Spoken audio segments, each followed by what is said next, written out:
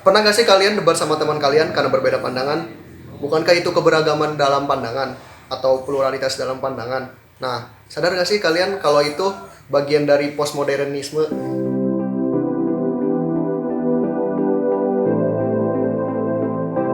Assalamualaikum warahmatullahi wabarakatuh. Saya Muhammad Fajar Aminullah, mahasiswa Universitas Sultan Ageng Tirtayasa semester 2, jurusan Ilmu Pemerintahan, Fakultas Ilmu Sosial dan Ilmu Politik.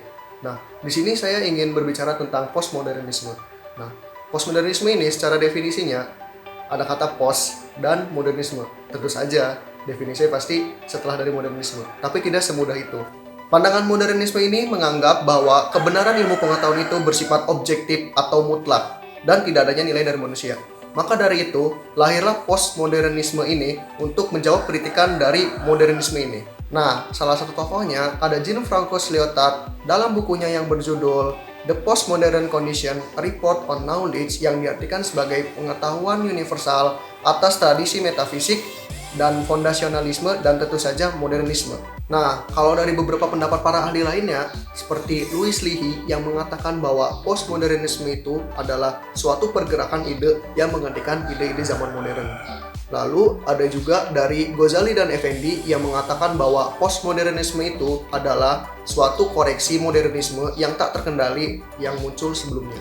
Jadi, kesimpulannya itu, postmodernisme adalah sebuah ide baru yang menolak paham modernisme yang mencoba untuk memberikan kritik-kritik terhadap modernisme yang dianggap telah gagal.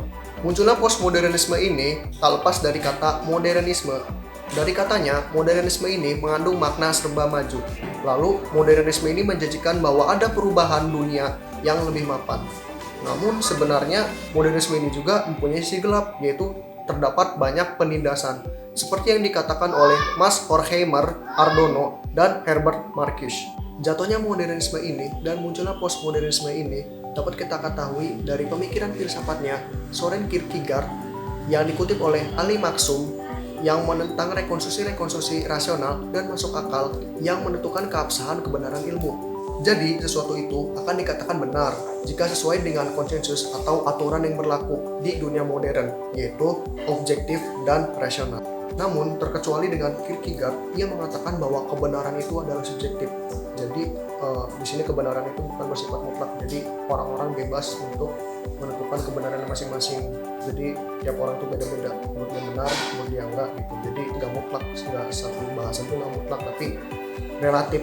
Orang-orang itu boleh berpikir itu benar dan itu enggak. Itu jadi relatif. Derrida dan Lyotard mengatakan bahwa postmodernisme itu adalah antitesis dari modernisme.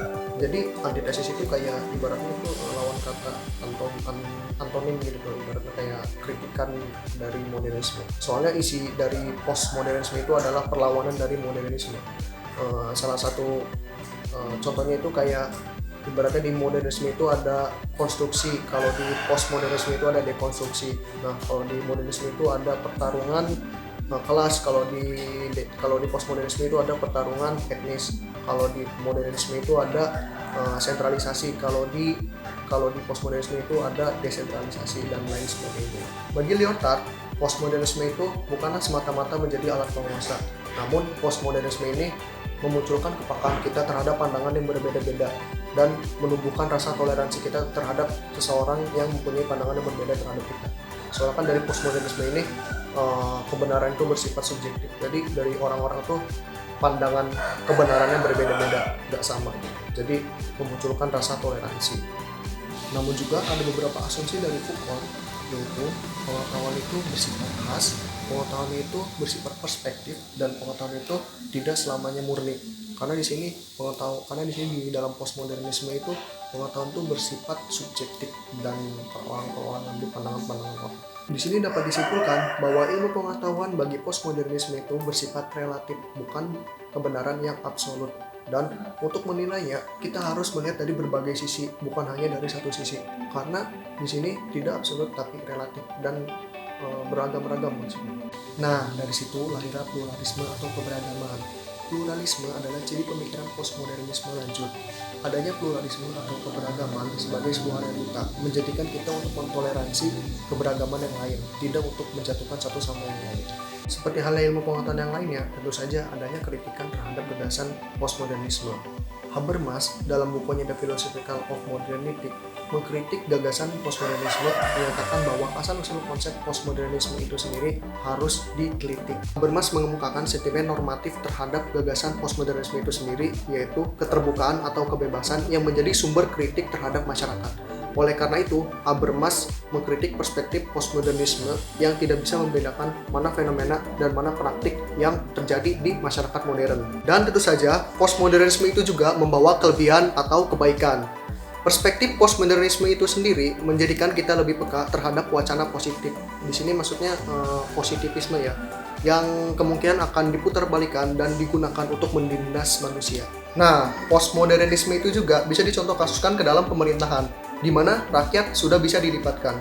Ketika zaman modernisme, itu rakyat tidak sama sekali bisa dilibatkan dan tidak ada kaitannya dengan pemerintahannya, karena dalam postmodernisme itu kebenaran itu kan relatif, dan di modernisme itu kebenaran itu absolut. Berarti yang mempunyai kebenaran itu hanya dari yang tertinggi, yang dari pemerintahan itu sendiri. Nah, dari zaman postmodernisme ini, bahwa kebenaran itu tidak mutlak, tapi kebenaran itu relatif, bahwa rakyat itu bisa berbebas pendapat, mengkritik pemerintah, dan ya ada saran kritik. Itu bagian dari postmodernisme. Salah satu contohnya dari kasus di Pandeglang, ketika ada PT, bahwa di situ kita lihat bahwa kekuatan rakyat ternyata melebihi dari kekuatan pemerintah, di mana sebisa itu yang mempunyai legitimasi, yang punya legitimitas pemerintah itu bisa dibatalkan oleh rakyat yang tidak mempunyai kekuatan apapun, bahkan dari legitimasi pun tidak punya, namun hasilnya itu sangat besar, bahwa tidak jadi dibangun di wilayah Pandeglang karena ada kekuatan dari santri dan kiai. Oke, sekian, terima kasih. Nama saya Muhammad Fajar Aminullah. Mungkin itu saja bahasan dari saya tentang postmodernisme. Kurang lebihnya mohon maaf. Wassalamualaikum warahmatullahi wabarakatuh. See you next time guys. Sayonara.